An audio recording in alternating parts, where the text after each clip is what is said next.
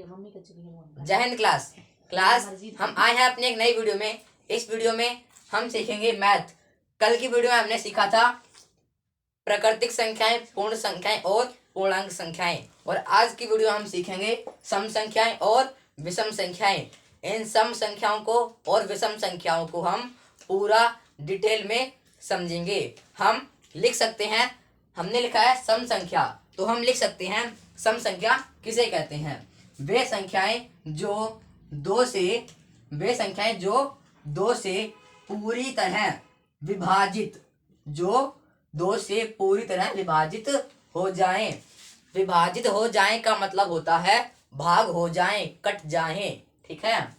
जो दो से पूरी तरह विभाजित हो जाएं, हम लिख सकते हैं दो। वो संख्याएं कौन सी हैं? वो संख्याएं हैं 2, 4, 6, 8, 10, 12, 14 और आगे आगे भी यह आती ही जाती हैं। यह कभी खत्म ही नहीं होती। यह संख्याएं अनंत हैं। कल हमने सीखा था प्राकृतिक संख्याएं। जैसे प्राकृतिक संख्याएं, पूर्ण संख्याएं और पूर्णांक संख्याएं अनंत थीं, वैसे ही सम संख्याएं, विषम संख्याएं भी अनंत हैं। आप इनको जितना बढ़ाना चाहो उतना बढ़ा सकते हो, ठीक है। अब हम कैसे जानेंगे कि यह संख्याएं सम है या विषम? मैंने आपको बोला है वे संख्याएं जो दो से पूरी तरह क्या हो जाएं? विभाजित हो जाएं, क्या कहलाती हैं? सम संख्याएं कहलाती हैं। तो जैसे कि हमने इसमें से लिया 4, क्या लिया? 4, और भाग किया 2 से, क्योंकि क्या बोल रखा है? 2 से पूरी तरह विभाजित हो जाएं, तो भाग किया 2 से। हम इसको ऐसे भी लिख सकते हैं और ऐसे भी लिख सकते हैं। ऐसे या ऐसे में कोई अंतर नहीं होता, आंसर सेम ही आएगा। तो हमने काटा 2 एकम 2, 2 दूनी 4, हाथ में आ गया 2, आंसर आ गया 2। क्या आंसर आ गया हमारा? आंसर आ गया 2। तो यह क्या है? यह है हमारी सम संख्या, क्योंकि यह पूरी तरह कट गई। जब हमने इसको काटा तो ना तो आंसर पॉइंट में आया और ना ही किसी अन्य संख्या में आया। आंसर किस में आया? सिर्फ सिंपल 2 में आया।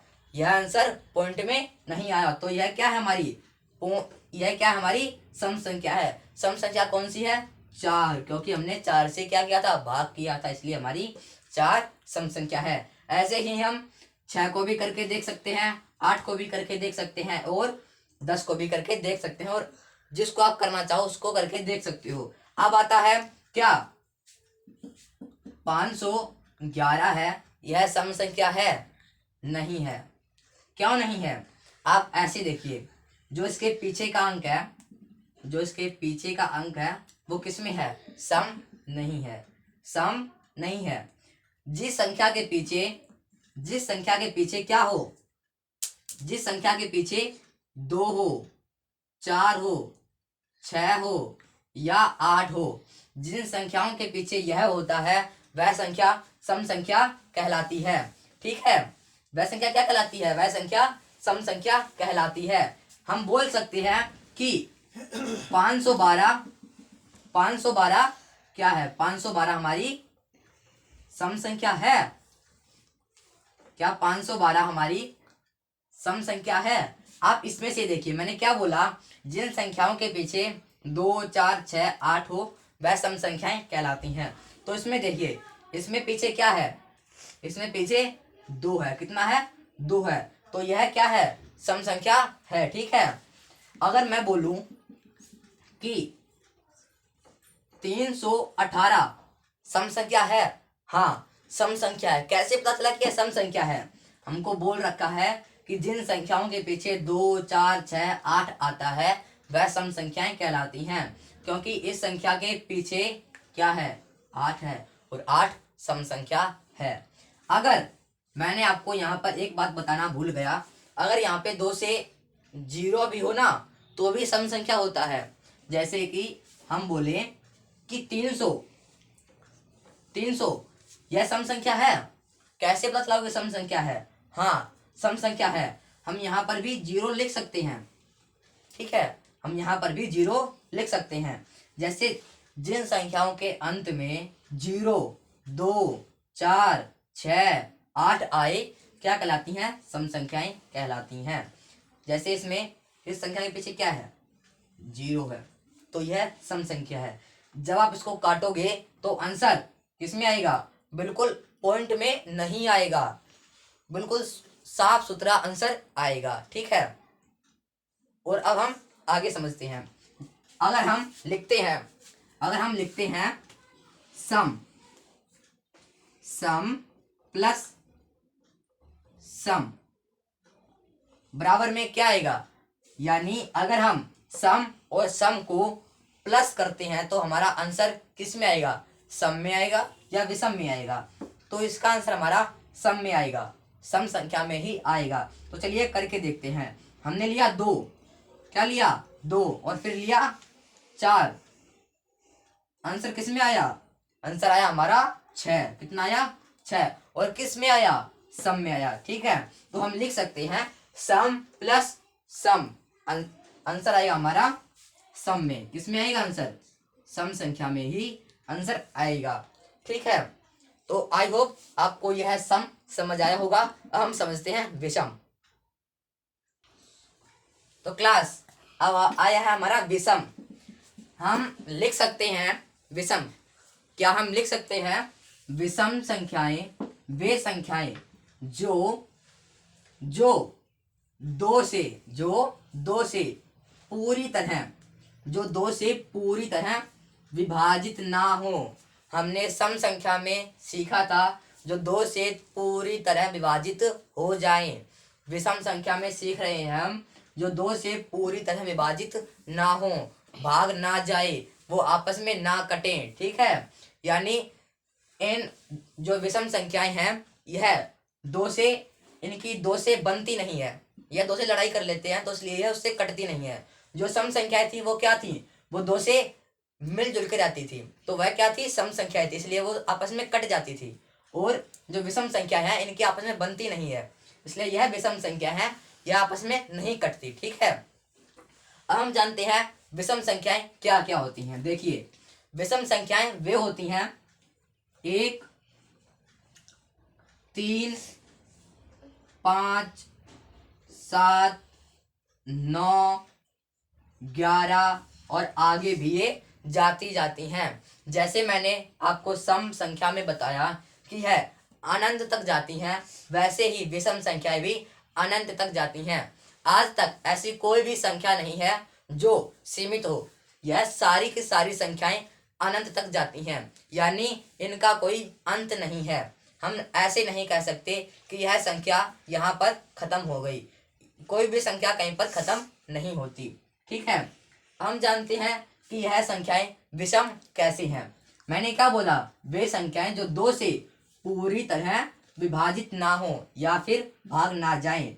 हम इसको आजमा कर देखते हैं, क्या यह सच में भी है? क्या मैं झूठ तो नहीं बोल रहा? तो हम करके देखते हैं। मैंने लिया 5, क्या लिया? मैंने 5 लिया और 2 से क्या किया? भाग किया। यह 2 से पूरी तरह भाग नहीं जाएगा, इसका आंसर किस में आएगा? पॉइंट में आएगा। ठीक है, जिस संख्या का आंसर पॉइंट में आए वह संख्या विषम संख्या है। ठीक है, वह संख्या क्या है? विषम संख्या है। जैसा कि मैंने आपको सम संख्या में बताया था कि वे संख्याएं जिनके पीछे 2, 4, 6, 8 आए वो सम संख्याएं कहलाती हैं, वैसे ही इसमें जिन संख्याओं के पीछे 1, 3, 5, 7 या 9 आए वे संख्याएं क्या होती हैं? विषम संख्याएं होती हैं। अब मैं आपको बोलता हूं, क्या 319 सम संख्या है? क्या यह विषम संख्या है? तो आप कहोगे हाँ यह विषम संख्या है, परंतु यह सम संख्या नहीं है, क्योंकि सम संख्या में तो वो आते हैं जिनके पीछे 2, 4, 6, 8 होता है, पर इसके पीछे तो 9 है। हमने बोला वे संख्याएं जिनके पीछे 1, 3, 5, 7 और 9 आए वे क्या कहलाती हैं? विषम संख्याएं कहलाती हैं। तो इसके पीछे तो 9 है, तो यह विषम संख्या है सर जी। ठीक है, हम बोलते हैं क्या 318 विषम संख्या है? नहीं है। क्यों नहीं है? क्योंकि इनमें तो 8 है ही नहीं, तो यह विषम संख्या भी नहीं है, यह तो सम संख्या है। ठीक है, क्योंकि अब मैं आपको बताता हूँ, जो विषम संख्याएं होती हैं वो कहाँ से चालू होती हैं, वो एक से चालू होती हैं, वो एक से चालू होती हैं और आगे जाती ही जाती हैं। जो सम संख्याएं होती हैं वो जीरो से चालू होती हैं। कहाँ से चालू होते हैं? जीरो से, और आगे जाती ही जाती हैं, उनका कोई अंत नहीं होता। ठीक है, अब हम बोलते हैं क्या सम प्लस विषम सम होगा या विषम होगा, तो हम इसको करके देखते हैं। मैंने लिखा सम और प्लस में विषम लिखा, तो क्या इसका आंसर सम आएगा या विषम आएगा? तो चलिए हम इसको करके देखते हैं। मैंने क्या बोला, एक संख्या होगी हमारी, क्या होगी? एक संख्या होगी सम। तो हम सम लेते हैं, जैसे कि हमने सम ले ली 4, ठीक है, और हमने विषम संख्या ले ली 5। तो 4 और 5 होते हैं 9। कितने होते हैं? 4 5 होते हैं 9। तो हमारा आंसर आया, किस में आया हमारा आंसर आया विषम संख्या में, क्योंकि 9 तो विषम संख्या है। तो हम बोलेंगे सम प्लस विषम, आंसर आएगा हमारा विषम। ठीक है, आंसर आएगा हमारा विषम।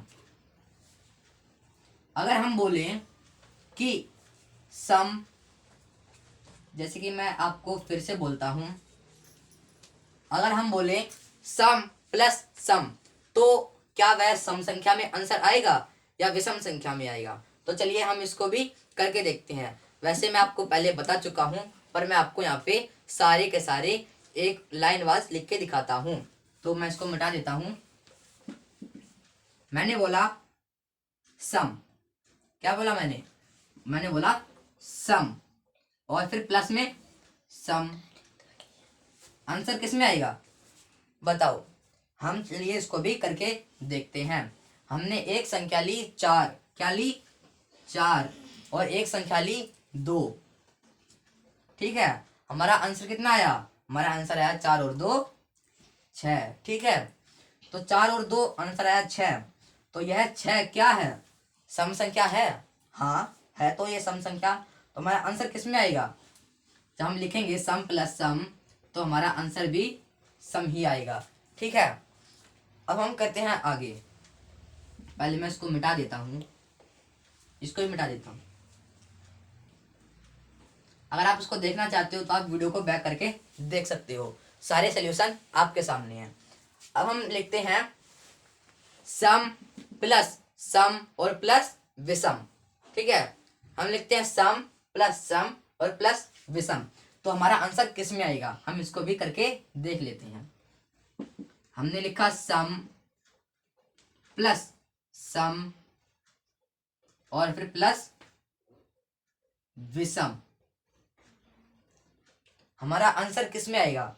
तो हम इसको भी करके देखते हैं। हमने एक संख्या ली, क्या ली? हमने एक संख्या ली, हमने सम में एक संख्या ली 2। कितनी ली? 2, और फिर एक ली 4, और विषम में हमने एक संख्या ली, कितनी ली? 3। तो जब हम इसको जोड़ेंगे तो 4 3 होता है 6, और 6 और 3 होता है 9। कितना होता है? होता है 9। तो क्या हमारा यह सम है? नहीं है। क्या है हमारा यह तो विषम है। तो हम बोल सकते हैं सम प्लस सम और प्लस विषम। आंसर किस में आएगा? आंसर आएगा हमारा विषम। किस में आंसर आएगा हमारा? विषम। ठीक है, अब हम आगे भी करते हैं। पहले मैं इसको मिटा दूं। अगर आपको समझ ना आए तो आप मुझसे कमेंट में बोल सकते हो, या फिर आप वीडियो को बैक करके भी देख सकते हो। आप जिस भाषा में चाहो मैं आपको उस भाषा में समझा सकता हूँ। अब मैं लिखता हूँ विषम प्लस विषम और प्लस सम। क्या हमारा आंसर सम में आएगा या विषम में आएगा? तो चलिए हम इसको भी करके देखेंगे। हमने क्या लिखा? हमने लिखा विषम। मैं विषम शॉर्टकट में लिख देता हूँ, फिर आएगा नहीं यहाँ पे। हमने लिखा विषम, फिर लिखा विषम, विषम प्लस विषम और फिर प्लस सम। क्या लिखा हमने? सम। तो हमारा इसमें आंसर किस में आएगा? सम में आएगा या विषम में आएगा। तो चलिए हम इसको भी करके देखते हैं। हमने क्या बोला, एक संख्या ली विषम, तो हमने एक संख्या ली विषम, एक ली विषम, दो संख्या विषम हो गई और दो एक हो गई सम। हमने क्या बोला, जैसे कि विषम और विषम क्या होता है, सम होता है, विषम और विषम सम होता है और प्लस सम, तो क्या हो गया, सम संख्या ही आंसर आएगा। हम एक बार करके और देख लेते हैं।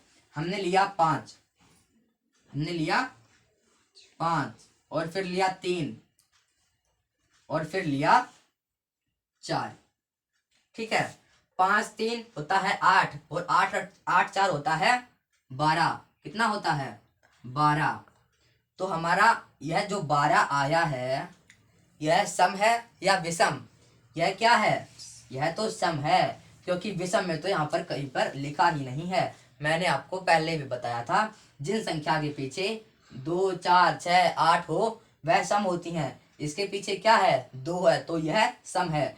अगर इसके पीछे 1 3 5 7 9 होता तो यह क्या होती, विषम होती, पर यह तो सम है, ठीक है। तो हम यहाँ पर लिख सकते हैं, हम यहाँ पर लिख सकते हैं विषम प्लस विषम प्लस सम, क्या होगा हमारा, सम होगा, क्या होगा, सम होगा, ठीक है, सम होगा। आई होप आपको यह समझ आया होगा। फिर मिलते हैं अगली क्लास में, तब तक के लिए जय हिंद।